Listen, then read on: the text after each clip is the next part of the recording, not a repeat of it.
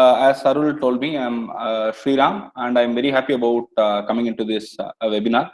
And today we are going to have a 45 minutes to 1 hour session where we are going to learn what is IoT, what is AI, artificial intelligence, what kind of projects can you do, what kind of projects can you build, and how do we learn it fundamentally. That's what I'm going to talk about right today, and I hope it will be certainly useful.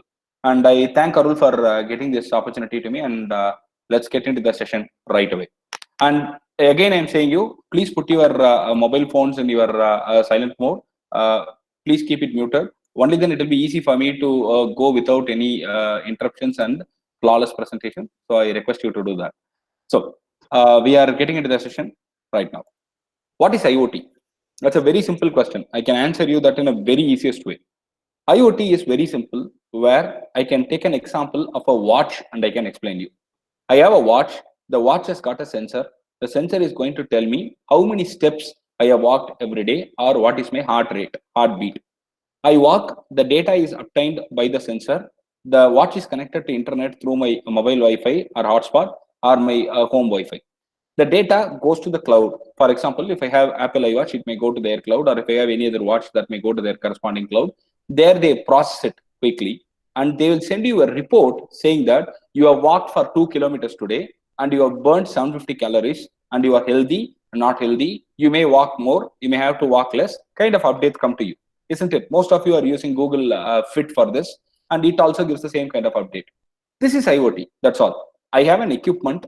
I have a sensor attached to it.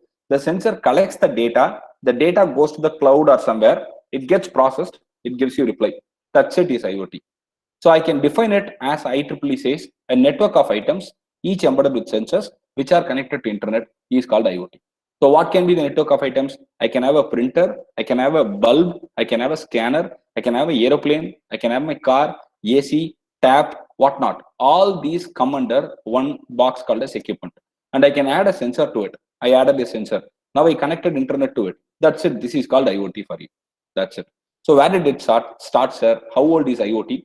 IoT is actually not very new. It's an old scenario, and people are moving from IoT to a different sector altogether, I would say. It all started with simple automation, and now it is in a stage of IoT. In few years, we will start reading about cyber physical systems. First stage, or the first point where IoT was started, is with wireless sensor networks. Wireless sensor networks is the fundamental thing which triggered multiple revolutions that we see today. What is wireless sensor network? Very simple. Collecting data from multiple sensors in a coordinated manner is called wireless sensor networks. Collecting data from multiple sensors in a coordinated manner. Finished. It's very easy. What is IoT? Collecting data from multiple sensors which are attached to equipment in a coordinated manner and pushing it onto the computer, onto the internet. I mean, pushing it onto the cloud through internet and get a meaningful result. This is IoT. Now, what is cyber physical system? It's a bit complex. I'll tell you what is it. Your human body is there, right? Your body and my body. We are all cyber physical systems. We are very complexly built. Our entire body is complex. It's not easy engineering. Likewise, if I take an aeroplane, the aeroplane is built with multiple engineering domains into picture. Can I tell you the domains that are involved in aeroplane building or aeroplane flying, for example? If you talk about aeroplane, first thing that comes into mind is mechanical engineering. All the parts, components are mechanical. If you take the aeronautics engineering, that is going to decide how is going to be the fly, what is going to be the pitch, yaw, roll, all those things. So fundamentally is aeronautics engineering. Third is civil engineering. You may ask me how civil engineering come into the picture of aeroplane. Very simple. The wings and the structure of the flight is not mechanical, it's civil engineering. And electrical and electronics, without which the flight can't even get the power and it cannot take off. So complete wiring is all done by electrical and electronics. Fifth, I am a computer science professor, so I cannot leave it there. Computer science runs that totally in the software perspective. And mechanical, we told chemical engineering is most important because the complete shielding, everything is done through chemical engineering. So we've got physics, chemistry, maths, all these coming into picture for an engine to fly, for a machine to fly. That is called cyber physical system. So where does IoT get connected there, sir? Very simple. IoT is the smallest component in the largest cyber physical system. I tell you a simple example again, an instance would be very helpful. I'm going to monitor the temperature of this particular room I am sitting. And I'll have to switch on AC if the temperature is above 40 degrees centigrade. I'll have a couple of sensors. The sensors will get me data. I'll analyze if it is above 35 degrees centigrade. If it is above 35 degrees centigrade, what I will do? I'll switch on the AC. This is IoT for you. But if I monitor, say about 500 rooms, which is in a huge building, it is becoming cyber physical system. That's it. More the complexity, more the data, more the domains that are coming into picture, more analysis you need to do, we can call it cyber physical system. After 3 or 4 years, or maybe 5 years, we'll start working on completely cyber physical system, and IoT is going to be the underlying platform for it. I repeat, IoT is going to be underlying platform. If you do not know IoT, it's going to be difficult for you to adapt the requirements there. It's a very simple stuff. Now, what I'm going to do is I'm going to tell you how you can start building IoT product. That's it. That's my core motto for this session. So it's pretty easy. I'm going to take you through like a very simple cakewalk. I'm going to take you through. If you cannot understand, please ask me. I'll repeat it again. I would like to make this particular point very strong. And I'm an Intel innovator. So you can see that the logo is presented on the right hand side. So I work with Intel. I get a lot of inputs from Intel on also IoT. So if you want to know more about it, you can go to Intel Software Innovator website, and you can get a lot of information on that too. It will be definitely helpful for you guys. Now, we'll understand how exactly IoT is going to transfer, or IoT has already transferred your regular life. It's going to be an interesting instance again. Morning, you are waking up. Every day, we will wake up at a particular time. For example, 6 to 6:30 would be our time that we wake up. So the water heater will automatically get ready with the water being heated up for you before you wake up, so that you need not waste time. This can be done through IoT. Second, the temperature of the water heater, temperature of the water that you take bath with is very particularly consistent. Your bathing temperature would be, your water that is required for bathing would be maybe 70 degree, and I would be taking 80 degree, and we are not going to change it. So that can also be tuned through IoT. When you are bathing, the next step that you're going to do is you're going to eat food. So I can get your bread toasted, and it is ready through IoT automatically. When you are eating, what is the next step to do? You need to go to office. So I'll get the doors open for you while you are eating. This is very simple. When the doors are opened, I'll go to the car the next step, and the cars are ready with doors being opened. And when I get into the car, what is the next step to do? Very simple. I need to find the navigation route for office. So that can be immediately presented. When I'm nearing the office, what can be done next? Very simple. Parking space. I can be updated with the available parking space. And we are working in a very mechanical world, machinized world. So we need to take tablets. So we may forget it. So I have a pill box. The pill box can alert me. Boss, you have not taken tablet, take it on time. So once it is done, we are coming back to home, and the navigation will be updated. We will go back to gym. The gym process will be completely updated, and you get how many calories you burned, how long do you have to work out, and your doctor can get that update. Your concerned person who are connected to you can get the update, and it's all properly done. And once you come back home, based on your mood, the lightings can all be arranged. It's all possible. People have done that. The entire lighting can be tuned based on your mood. All these completely are based with IoT. And by the time you are about to be going into your bedroom, the AC can be already on, and it will get you the optimal temperature for you to sleep. This is all not story. This is possible, and this has been already done.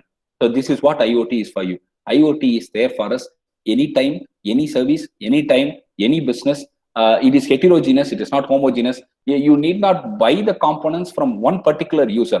So for example, one particular seller is not going to give you everything. I can buy laptop from one maker. I can buy sensors from one maker. I can buy microcontrollers from one maker, and I can access it from anywhere in the world. I'm sitting in US, and I can monitor what is the room temperature of my room at India. I can do that. So IoT has enabled this in a very neat way. And this is the fundamental point that you need to understand. Anytime, any device, anyone, any service, any business, any network, anywhere, any location, that is equal to IoT for you. Now, I'm going to show you the complete stack, the protocol stack, we call it, with IoT. And I can share this PPT with Mr. Arul at the end of the session, so that if you want, you can take it up. Otherwise, I have it in my channel. I can give you my channel details, which you can subscribe and use as well. Now, anything, if you take any protocol, any structure, any engineering technology, or anything that you take, will have a process, will have a stack. Even when I'm going to cook, take a simple cooking process. I'll have a stack to be followed there. I'll have a procedure to be followed there. First, I will take the rice. Second, I'll have to take the water. I'll have to mix them properly, put them in a dabba, start cooking. This is a process. Likewise, for me to build an IoT system or IoT element, I need to follow a streamlined stack, which will help you in understanding how to build the system. So what is the first step? The first step is to identify the sensors that you are going to use. I repeat, the first step is all about identifying sensors. Which sensor do you need? Do you need a pressure sensor, temperature sensor, moisture sensor, or what is that you need? That is the first step. This is called sensor layer. The first layer is done. What is the second layer? The second layer is all about processing and control action layer. So I have the sensor collects the data, and the data has to be processed. You are seeing something, your brain is acquiring that, immediately it has to process it. So your brain is the processor. Similarly, I need a processor for any IoT application, and there is where the microcontrollers are coming into picture, and that microcontrollers are called the processing or control action layer element. Now I have a sensor, the sensor acquires the data, this data will be processed by the microcontroller, and that's what is layer 2. Now what is layer 3, sir? Sir, you told me layer 1 is all about sensors, layer 2 is all about microcontroller. How do you connect them together? There is an interface required, right? That interface is the layer 3, and we call it hardware interface layer. What are all the protocols that you know? USB, simplest of cables that we are using today is USB. The USB, the I2C, SPI, CAN, SCI, all these simple interfaces will come into this category. So what is the first layer? It was sensor. What is the second layer? Microcontroller. What is the third layer? We connected them both. Now what is the fourth layer? Very simple. I need to push the data that I collected onto cloud or onto a server which is sitting somewhere, and I need internet for it. The internet is provided through Wi-Fi, and or the connectivity is provided through BLE or Zigbee or anything. All these connectivity mechanisms will come under one criteria called as RF, which is nothing but radio frequency. So the fourth layer can be called easily as internet layer, or it can be called on an abstract, we can call it as RF layer. So can we recollect the first four layers? The first layer is the sensor layer. The second layer is the processing layer. The sensor collects the data. It is processed and it is analyzed in the processor. But these two are connected through a cable. And after analyzing or after processing or for processing, I need to push it into the cloud. For that, I need internet connectivity. And the fourth layer is all about internet connectivity. And the fifth layer is called the session layer or message layer. This is a very important concept. Please pay attention to it. When I am chatting with you, for example, I'm having a account with Facebook Messenger, and you are also having an account with Facebook, so you can log in into Messenger. I am typing messages to you. First, I type, I love India. Second, I am Indian. I am in Coimbatore. I am a teacher. I type this way. So what is the order that you need to receive the messages? I typed 4 messages. So what is the order that you need to receive? You need to receive the 4 messages in the same order I specify as I have typed. The first should be, I am an Indian, for example. It should come in the same order. I am an Indian. Second, I love India. I love India should come to you. Who ensures that? If it is changed, for example, I am an Indian. I love India. I am in Coimbatore. I am Coimbatore. If I swap it, it's going to be totally meaningless. So who is ensuring this connect? Who is ensuring this message sequence? There are protocols used for it. And Facebook uses a protocol called as MQTT to achieve this. MQTT is nothing but message queue telemetry transport. We are going to use the same kind of protocols to ensure that all the messages that we have received are reaching the destination properly. Sir, what do you mean, sir? I cannot understand. I'll explain you this. I have a temperature sensor. I have connected it to a microcontroller through an interface. How frequently the data will come from the temperature sensor? Every second I will get hundreds of entries. Based on the resolution, based on the sensitivity, based on the accuracy of the sensor, I can get a lot of data entries in few microseconds. For example, per second I'll get around 20-30 entries easily. Now, all the data that I collect from sensor are to be pushed on to the cloud or to storage in the same order. If you swap the order, analysis will not be done. It cannot be a neat analysis if you swap the data that you receive and push it. The sequence of the data is very large.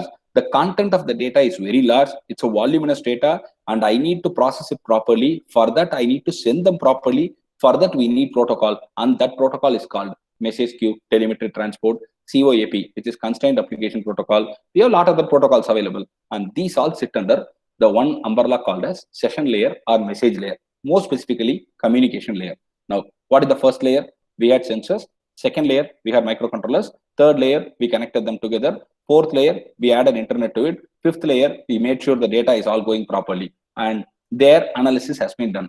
Now, as an end user, what do we want? We want an Android app or an iOS app. We do not care about what is the underlying technology, what are all the underlying technical content inside any product. We never care about it. And that's not the work of customer also. It is the work of productizer or the engineer who is building it to know what is available inside. So as an end user, what I need is a very simple user experience, very simple UI. So build an Android app for everything. That is going to be the end of it. And finally, the last layer is called as application layer. What is application? What application you are targeting with your product? What is that you are going to build finally to meet? What is the core aim of your product? For example, I'm building a smart home, smart city, smart water, smart healthcare. What is that you want to do? That's called application layer, and that's the top of it. That's it. We had sensor, we connected it to microcontroller, we had interface for it, we used Wi-Fi for it, we used proper messaging protocols, we built an app to see the status, and we call it smart system. That's it. It's very simple. Now I'm going to show you a simple demo which I have recorded. So you will understand the purpose and you will understand the IoT stack much more clearer than what I have told you right now. I'll take a scenario and then I'll explain you that scenario so that it can be easy for you to understand. I hope till now is everything. Is everyone understanding everything? Is the voice clear? Arul, can you confirm? Am I audible? Some of you can shake your heads. I'm seeing your photos. So yes, sir, it's audible, sir. Perfect. Yeah, it's audible, sir. Perfect. Okay. I'm now going to take a simple scenario where you will understand all what I have told you now as a product. That's the most important thing. Remember, IoT is not a theoretical paper. Please do not see IoT or AI as a theory subject. They are not theory. They are above that and they are all practically doable and nothing is difficult. That's the best part of it.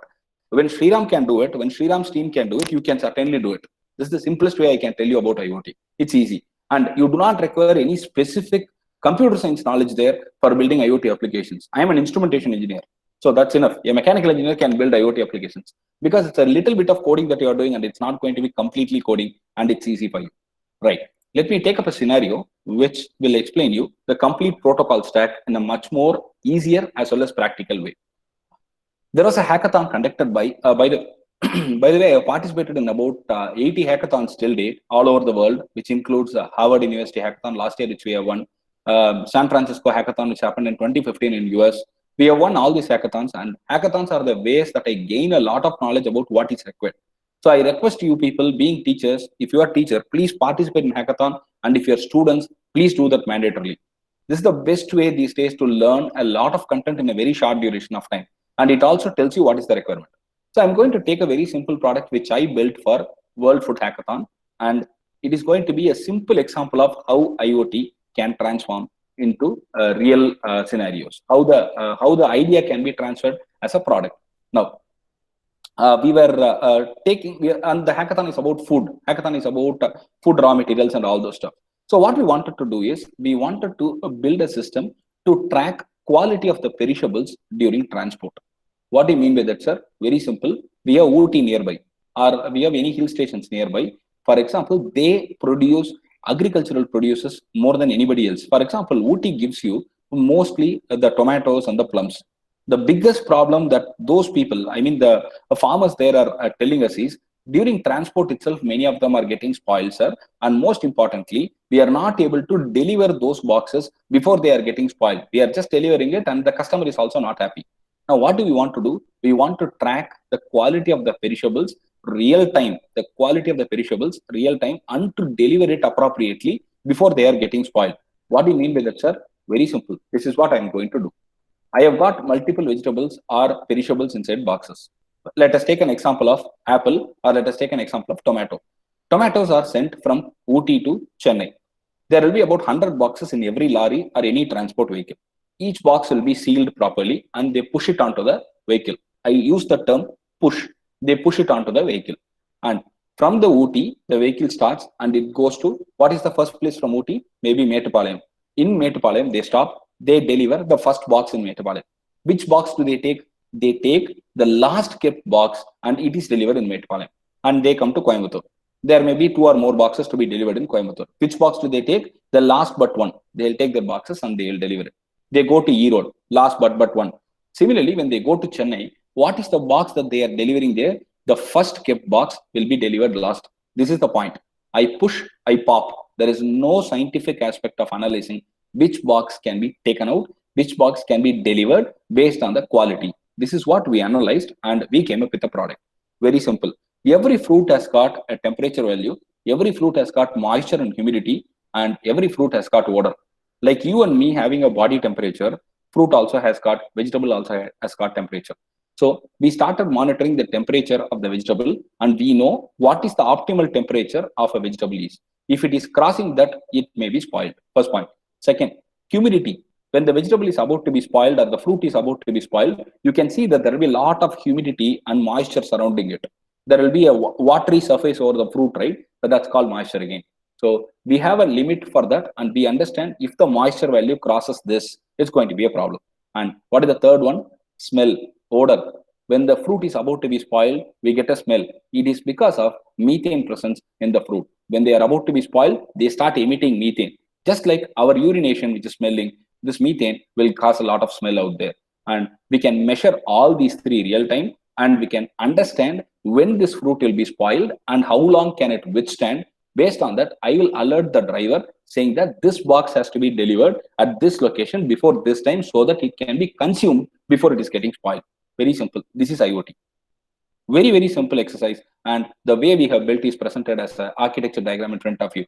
I measured temperature, humidity, and odor. I pushed it onto the microcontroller. I used appropriate USB interfaces and cables. And then I pushed the data using proper messaging protocol onto the cloud. We quickly analyzed it, and then we give a result in the Android app to the driver saying that this box has to be delivered at this particular location, and the driver can take now a decision which is going to help not only the farmers but also the buyers, because they buy vegetables which are not spoiled.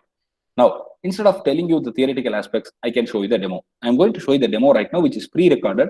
You can understand the complete stuff. The complete protocol stack is presented here in a very easier way, and I hope you will definitely like it. You can see that I've got the complete system set up along with the vegetables. We are going to monitor the quality of the vegetables real time. Here we have certain vegetables available, out of which we have purposefully kept some vegetables which are rotten. This is rotten, this is rotten, this is semi-rotten. Now we have got sensors here. This sensor will be capable of measuring the temperature as well as humidity, and this sensor will get the odor. So once the data is obtained, it will be transferred to the microcontroller which is here. My pencil is marking with that now. This microcontroller will collect all the data and it will be ported onto the cloud. So once the data is onto the cloud, we can see that the data is getting recorded consistently real time. So once the data is recorded in the cloud, the analytics will be made and the decision can be arrived, as in which box has to be delivered at which place. Now I'm opening my app which we have designed, and you can say that after some point in time, you will get the grade for each box. Here the first box which we have has got the grade C, which means that it is having poor quality, which means that it has to be delivered at the earliest. Now where to deliver it will be the point now we need to address. Click address and it will immediately take you through the map.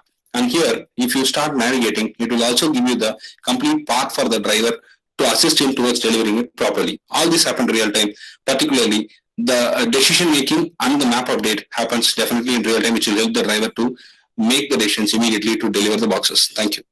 Here you can see that.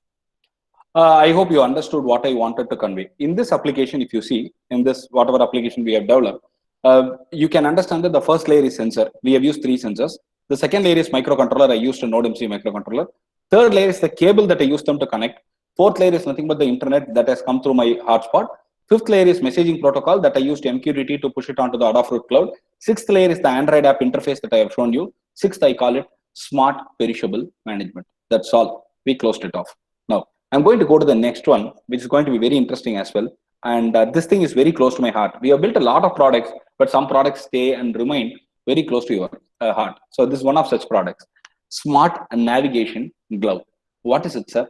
I'll explain you that in a very neat way. And this certainly will be provoking most of you to think in the way that innovators can think, right? And again, you can see that the PPTs are all made for a lot of hackathons, a lot of contests worldwide. And that's why I started building products. And now we have got 2 startups with our students, and it's all really going good. So I request teachers to go ahead and start mentoring students instead of being their just project guide. You need to mentor them. This is a request, humble request to you all. So maybe you can practice it out.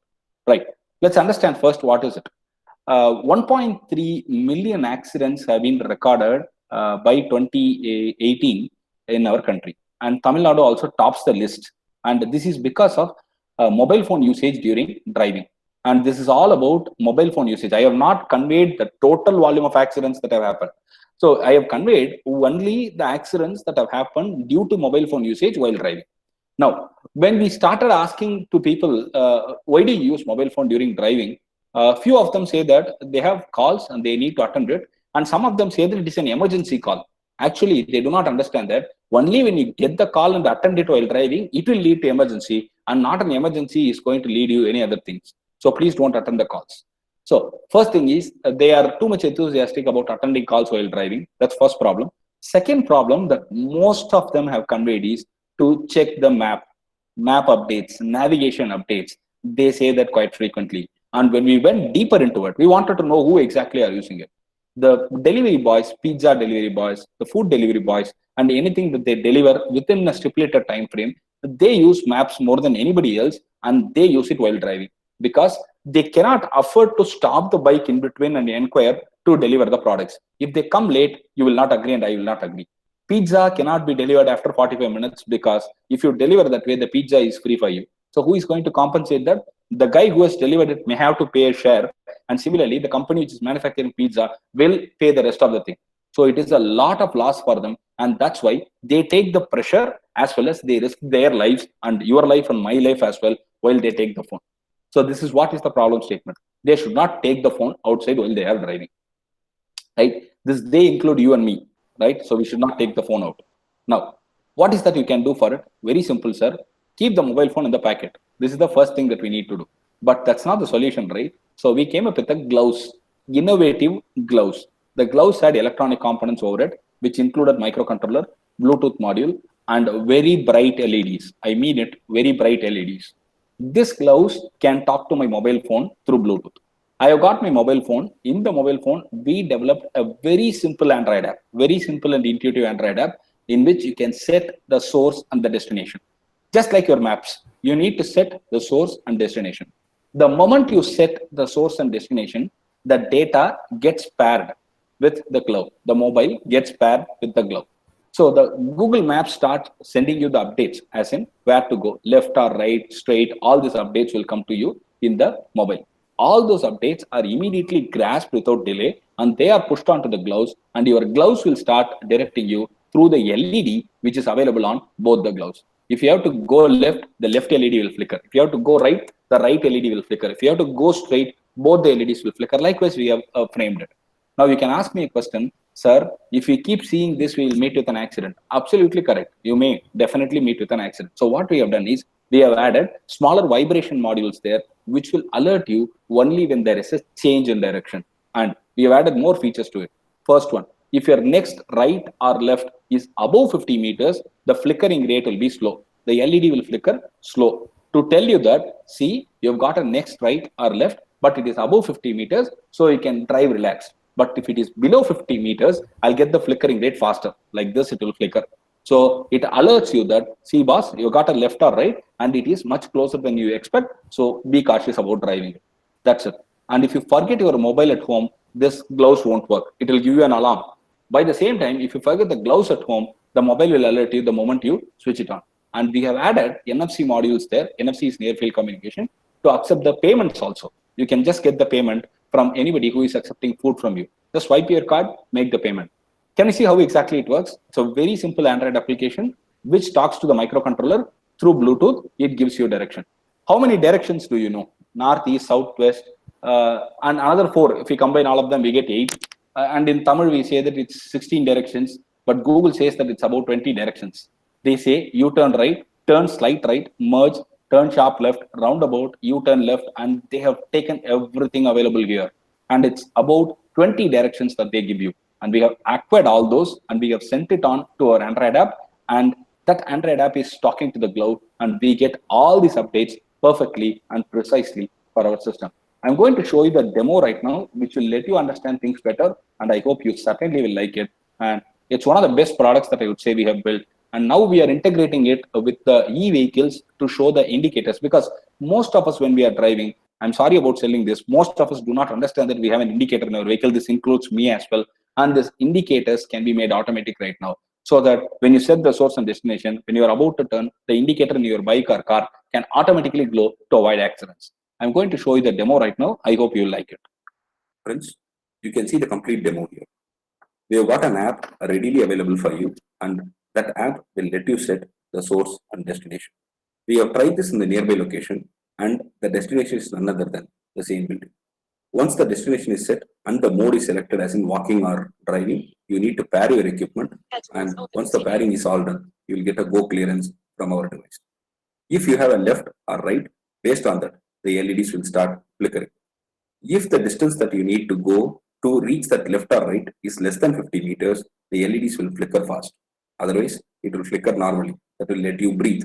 Now here you can see that I have got a left turn and it is less than 50 meters, hence the flickering of the LED is fast. And after that, I head towards a straight road which is above 100 meters. It is actually above 200 meters. So here in our app, we have calculated it as above 100 meters and both the LEDs will glow until such time the straight road covers the stretch of 100 meters or above. If it becomes less than that, the next right or left, whatever you take, will be indicated to you through the LED indication. And you can see that now we are going to head a right hand side, so the right hand side LED is glowing. Since we have fast forwarded the video, it was a long walk, it was about 700 meters. You can see that the flickering appears faster, but it will appear much more faster when you go less than 50 meters. That will be clearly visible shortly, which you can also observe right now. And one important point for you to understand is we are getting all these feed from Google Directions API. And all the data, whatever is being given by Google, is extracted by us completely, and we are using it in our system. And that's all shown in the right hand side of your screen. And you can see that the flickering is fast right now. This is what I referred some time back. This was taken nearby location and it was a heavy traffic time last evening. Hence, there is a light delay there. You can see that that's the snag that we faced last night for the recording. And all these happen real time. The data acquisition, the analysis, the update of LED status, everything happens real time. And this is the state road that we need to follow to head to our office, which we are standing right now. All these updates are given real time. And one important point that I would like to stress here is you need not keep watching the LED. We have got a module for vibrator. The vibrator will let you know that there is going to be a change. So please look into it. And that too, a left vibrator, right vibrator, both are there. So it will help you out in figuring out which direction do you need to really take. And that's the cool navigation cloud for you. I hope it was interesting, wasn't it? Right. We are going to the next product, right? Most of us understand that the medical facilities in the interior parts of the country, like maybe interior Bihar, interior Tamil Nadu, interior Karnataka, wherever you take, the moment you go about the villages which do not have connectivity, which do not have proper facilities, the first concern that comes into our mind is medical, right? Many die without knowing what is their disease. That's the real status. Many die without knowing what is their disease. And they do not have primary healthcare also available within access at many places. And when you go to Africa, this goes worst. Africa is the worst affected. So what we have done, very simple, we have built a system which is called ADM. It is not ATM, it is ADM, Automated Doctor Machine. Very simple. This was done with one of my students by name Ashwath, and we started working on it as a fun project, but eventually it turned out to be a good project. I'll tell you what is it. We need not have doctors at places and to analyze what is the fundamental disease. I can give you a clarification about what disease you have. And if your disease appears to be something bigger, something larger, I can refer you immediately to the neighboring hospital by giving you proper alert. This is just like you going into ATM, putting your card, taking money. You need to come into our machine, put your card, I will give you a card, insert your card, and the moment you insert your card, we will start reading all the parameters of yours. For example, we will understand what is your body temperature, we will understand what is your heart rate. Based on the historical data that we have with other patients and your record even, we analyze what kind of disease you could have got right now, and we immediately tell you this is your probable disease, and if the disease is within the range of we treating, we can treat it. If it is above our treatment levels, it is above our concern, it is above our capacity, we will push it on to the next level. That's it, very simple. And what do we do further? We also disperse, I'm sorry, I used the wrong word there. We also give you tablets for immediate treatment. I'm going to show you a very simple but a very mind-blogging demo here. I think this will be definitely taken in a most positive way than the rest of the demos that I have shown you. So I hope you like it. I'll go into the demo right away. So I hope you definitely like it.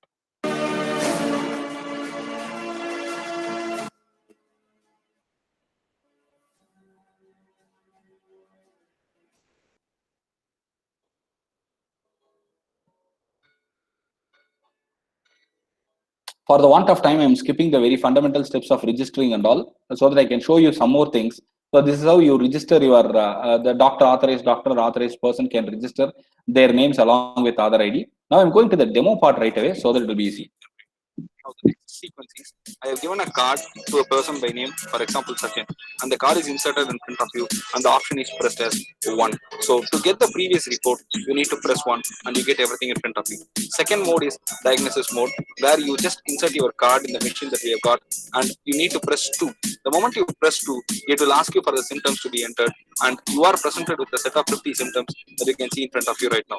So out of these 50 symptoms, we need to just enter you with 5 symptoms with which we can identify what is the disease that you are having, or what is the disease you may likely have. So I have entered 5 symptoms here, 1, 2, 3, 4, 5, or 1, 2, 3, 4, 18 something, and it detects it as a disease related to body temperature, and it has also prompted you to use the thermometer. The thermometer is connected. You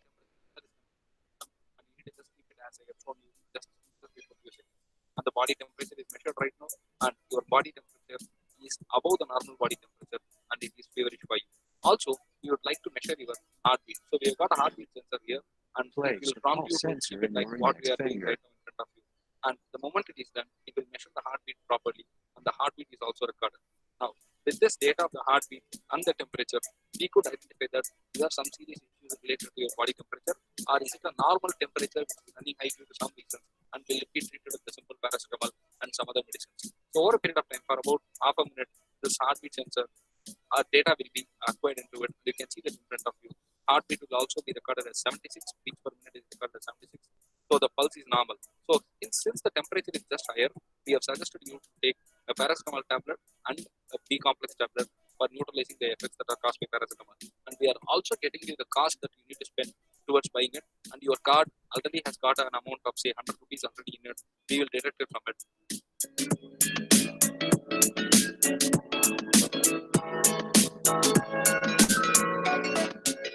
Right, whichever tablet has been prescribed to you will be immediately dispersed to you through our system.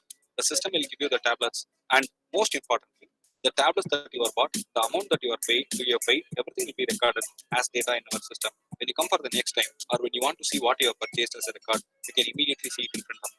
It's such a simple machine where we have got the data also clearly stored in the cloud, and then whenever you need, it can be retrieved appropriately and it is updated. You can see the schema here.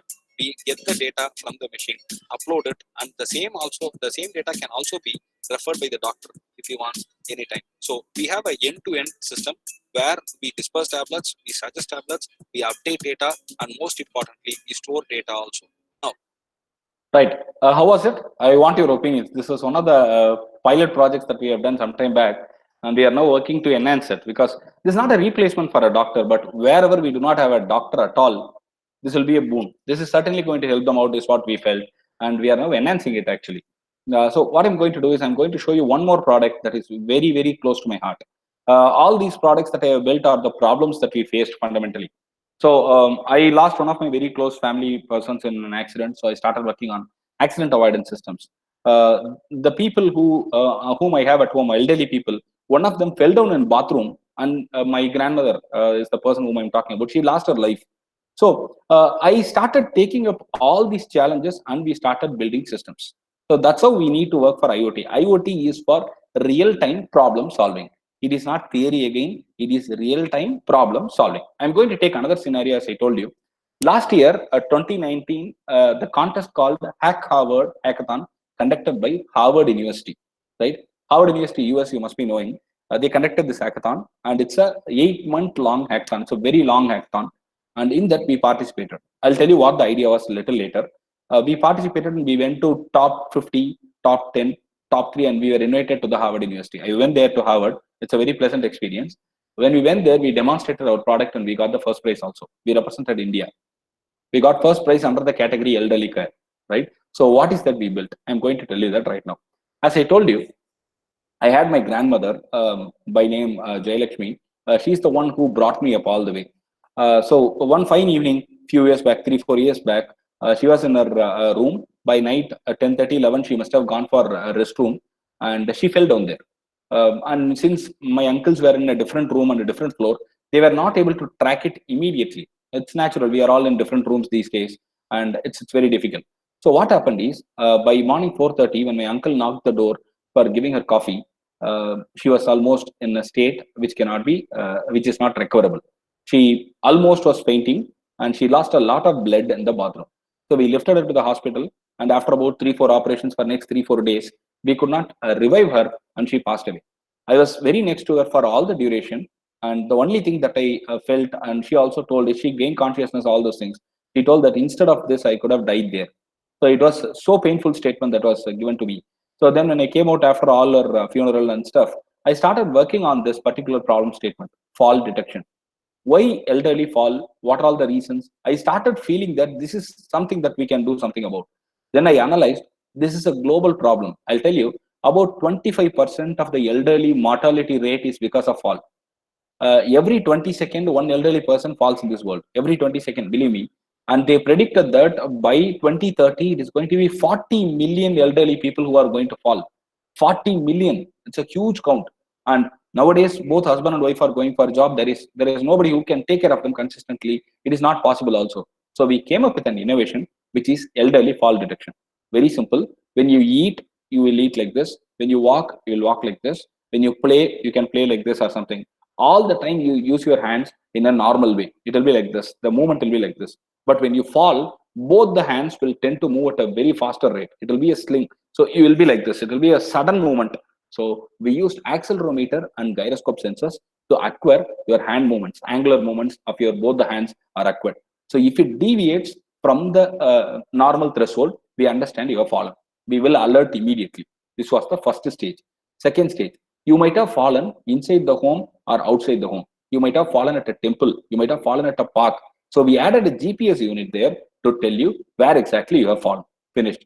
Third, we have added a caretaker's mobile number then to understand and alert the caretaker that there is a fall reported along with the GPS coordinate so that they can go immediately and to take them to the hospital. When somebody falls or when you are in trouble, your brain won't think the way it has to work. That's very normal, right? So we suggested the nearby hospitals. We suggested all nearby hospitals which are very close in the app. We gave an Android app again, and we suggested the nearby hospitals. And when you go to the doctor will definitely be assisted with some additional inputs. So we track the heart rate of the person who is wearing the watch for every week, and we update it. Is the fall because of a slip or a skid, or it is because of BP or sugar or something else, diabetes or something else? So in that case, the data that we provide is going to help the doctor in analyzing. We have done all this, but we will not ask the elderly person to wear our watch inside the bathroom. You and I cannot wear the watch in the bathroom. So what we have done is, we have used piezoelectric plates in the bathroom, and when there is an impact on the piezoelectric plate, it generates voltage, right? That's it. Very simple. We use this, and inside the bathroom, when the elderly stands, the voltage will be generated from one or two more tiles. But when the elderly falls inside the bathroom, the voltage will be generated from multiple tiles over there. So we alert that there is a fall. Without even having a requirement of wearing a wearable, we caught the fall detection data perfectly. And this is what is the innovation which has got us first prize in the Harvard University Hackathon. I'm going to show you the demo right now, which will be definitely easy for you to understand. And if you cannot understand, let me know. I'll help you out with the clarification after the session.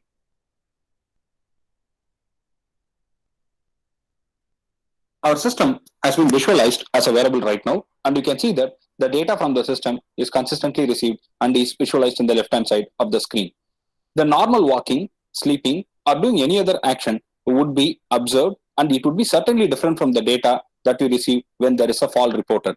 We are going to simulate a fall right now, and when the data is received, it is identified as a fall because it is a different data from the regular threshold, and we will raise an alarm.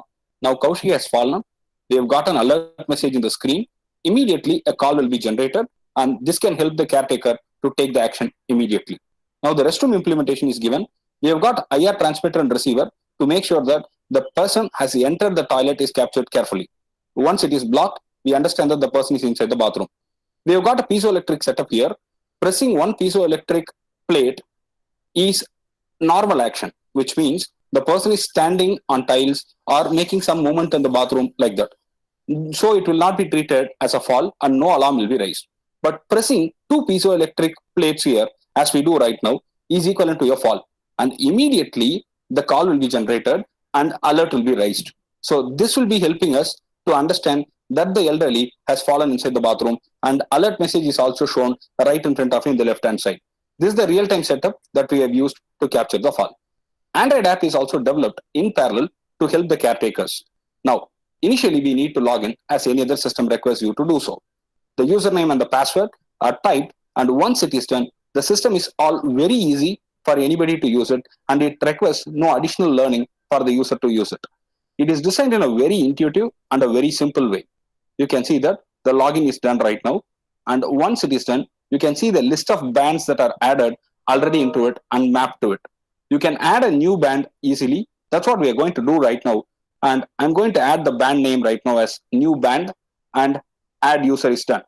Once added, we need to map the corresponding phone number of the caretaker to this band.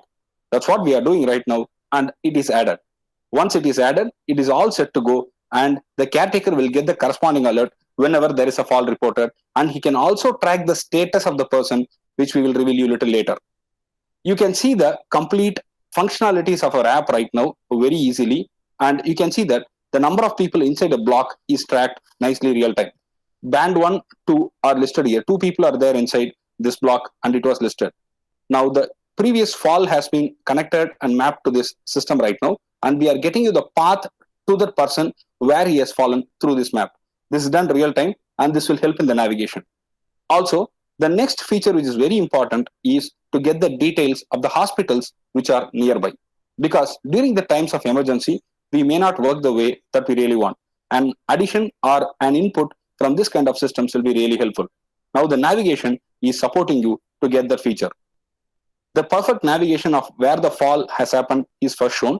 Then we will also show the nearby hospitals details, and it will connect you to all the available nearby hospitals where you can take the concerned person who is in trouble right now.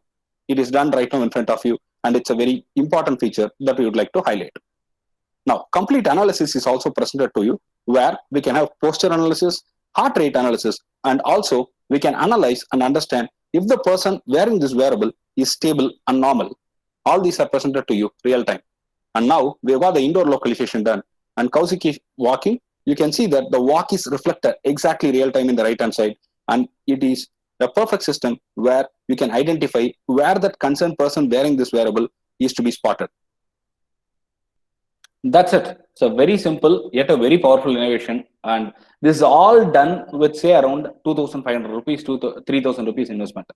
So that's it. I'm completing my session here. It's almost 1 hour that I have spent with you guys. And most important point, I have done a lot of projects of this sort. So I'm going to give you my channel ID where you can find out all these products. This is my YouTube channel link. If you go to YouTube and type Sriram Vasudevan, the spelling is presented on the screen right now. You will get all these product details. How to learn IoT. I have got around 70 videos or 65 videos available there in my IoT playlist. It starts from the scratch. From the very beginning, I have taught it. So it's going to be easy. So you can follow that up. And if you have any technical queries which you think I can help you, please mail me in this ID that I have given, sriramkv@gmail.com. So this will be very helpful. Now I open the session for questions. If you have any questions, please post the questions here, or you can ask the questions so that I can answer. Arul, can you moderate, please? Yes, sir. Dear Dr. Sriram, thanks for the very nice presentation, and the session is Thank you. open for discussion. So participants, please post your queries. Sir, I have a question. Yeah. Sir, we are working with the sensors and also using mobile phones. Does the radiation affect us or not? So when we are using wearables, will the radiation affect us? Certainly, it will affect us. So we need to be careful about the sensors and the things that we are using, because if you are using a low quality sensor and if you want to probably wear it in the wearable, it will definitely affect. So when you are going to industry standard, when you are going to use it as a wearable, there are certifications available for it. You need to abide that certifications, and only then you can use it. Otherwise, it is very risky. Whatever you are wearing, in addition to whatever we have by nature, it is going to be risky. So that has to come through proper certification. And that too, when it is connected to internet 24/7, it is RF. Radio frequency is always risky. Okay. So because wearables and also for baby monitoring also we are using many sensors. For children, it is If very, it is very risky. affecting, For children, it is very ah, risky and not advisable because the moment you connect them with internet, it is radiation. And for a 3 month or a 4 month old baby, or say even a 5 years old kid, it might not be a good choice. So it's an innovation, but still it's a problem. okay, sir. Thank you. Yeah. IoT devices in terms of security loophole. Yeah, Arul, that's a very nice question. There are a lot of security Yeah. related problems that we face with IoT because what we are getting is data. And for example, I can exactly tell you where you are if you are wearing my watch. I can also intrude your privacy. Simple, right? I can tell you where you are exactly. I can tell you what you are doing. All this data, if unless and otherwise they are maintained properly with proper decorum and proper privacy respect for rest of the people, it is a problem. That's why they are coming up with multiple standards and hope in near future this privacy related, security related standards will all be up and running. And most important aspect of it is the security is not only for you and me, the security is also for the data. First aspect of data is important. The second aspect, when you wear a watch, it should not hurt you. When you wear a belt, it should not hurt you. We have recently built a belt. I have back pain. I have severe back pain. So I built a belt. I constructed a belt where the belt can tell me if I'm sitting in the same position for a long time so that I can move here and there. Now, if I keep wearing it and if it is going to damage me further, it's going to be a problem. So we need to think of our security and data security as well. So both the aspects are important. How many months will it take to learn IoT? Yeah, that's a good question. You need about 2 months time frame. Yeah, he is our first year Oh, student, very sir. good. It will take about 2 months, my dear friend. 2 months maximum, but do at least 2-3 hours a day. And again, you cannot learn anything 100%. I do not know 100% IoT. I know only 20%. So that tells you the story. So you can start, you can build, and most importantly, over a period of time, you can learn it. It's not a rocket science. It's not tough. Sir, can you tell me the scope of software-defined IoT? Everything is coming to software. I don't know who has asked this question. Satish. Yeah, Mr. Satish. Everything is moving to software right now. I'll tell you why. The control of or the monitoring of the hardware is tougher as well as it is expensive. So IoT is also getting into software-enabled mode where software's role is more than hardware. So there is a lot of scope, and if you can innovate, it's going to be great. Throw light on SDR. SDR is software defined radio. Maybe we can have a separate session on it. But I'll tell you what is it. Instead of you having a lot of hardware for receiving, transmitting, modulating, demodulating, you can move a lot of those into software, and the software can do the role of all those stuff, and it can reduce the pressure on the hardware. That's what SDR is all about. How to design a wearable is nano sensors required. Whatever I have designed, if you can see, I have designed it with simple breadboard and stuff. We cannot make it at industry standard, and we need partners to make it a product. So yes, sensors are available to that level. Any other questions? And you can get all the details of the project. All the materials are also available online. I have highlighted it in my channel. So I request you to go through it, and that will be good. Sir, can you please help me in framing lab syllabus? Mr. Dhanapal Lakshmanan, yes, definitely. Why not? Drop me an email. I'll help you. Thank you, Dr. Balamurugan. It's great to know you. Any other questions, anyone? Any other questions? Okay, I sincerely thank all the participants, Arul, those who maintained decorum during the Arul, presentation. I have Sir, something to please. say. I have been taking a lot of Yeah, please, webinars sir. during this lockdown. Particularly, it's about 15th webinar in my lockdown time frame. So I'm very happy that I could meet a lot of people instead of just getting locked down at home or doing something else. This is a great opportunity, and I sincerely thank all the people who have come today. There are around 85 people who turned out, and all of them are very sincerely listening. And there was no disturbance. It was a nice session for me personally. Thank you very much, all of you, and thank you, Arul, for coordinating it. Sir, it's my pleasure to host you, sir, after a long time. Yeah. Yeah, and I sincerely thank Dr. Sriram, who teaches me as my brother since my master's days. So we had a very good relationship. He was my embedded systems faculty and was raised as a like anything. So I sincerely thank you, sir, and thank the participants for making this session a better one. Thank you. Thanks Thank you. for everyone. Thank you, everybody. Thank you all. Okay, let's. Yeah. Stay safe, Thank you. all of you. Okay, sir. Let's. Yeah. Thank you, brothers. Okay, sir. Let's close the session, sir. Yeah. Thank you. Thanks. Thank you, man. Thank you.